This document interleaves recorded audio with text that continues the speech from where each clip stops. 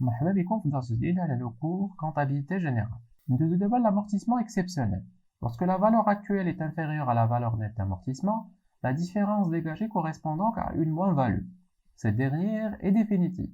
Il fera donc l'objet d'un amortissement exceptionnel en tant que charge non courante et en tant que dépréciation définitive qui vient diminuer la valeur nette d'amortissement. L'amortissement exceptionnel كيدار في الحالة اللي كتكون لا فالور ريال دو لا ديبريسياسيون يعني القيمة اللي نقصت لنا بصح أكثر من القيمة اللي حسبنا في l'amortissement normal. Donc خاصنا نديرو un amortissement exceptionnel pour tenir compte de la dépréciation réelle du bien.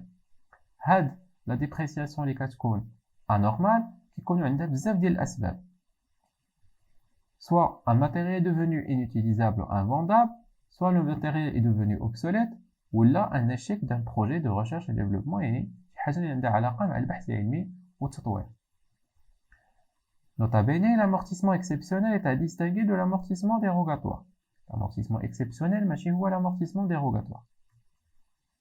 La première relève d'une décision de l'entreprise, le second relève d'un dispositif fiscal ou réglementaire. Et l'amortissement exceptionnel qui est قرار de l'entreprise. أما l'amortissement dérogatoire هو واحد le dispositif réglementaire يعني كتعطيه الدولة ماشي l'entreprise اللي كتختار.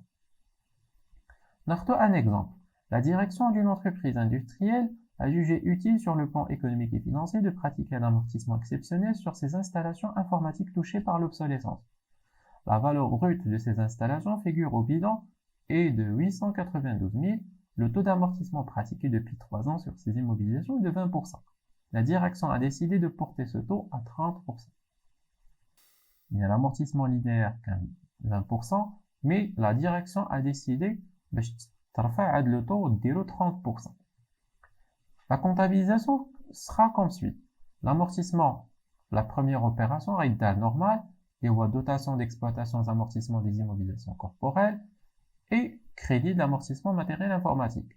L'annuité est simple à calculer quand je la valeur brute au le taux d'amortissement, les 178 400. Mais on doit tenir aussi compte de l'amortissement exceptionnel. Et là, on a dit que l'entreprise ou la direction de l'entreprise a décidé d'augmenter le taux à 30%.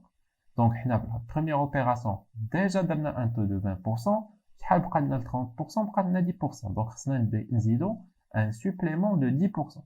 Donc, de la valeur brute, on va 10%, ça fait 89 200. L'enregistrement comptable, on doit débiter un compte de charge non courante, s'appelle dotation non courante aux amortissements exceptionnels des immobilisations.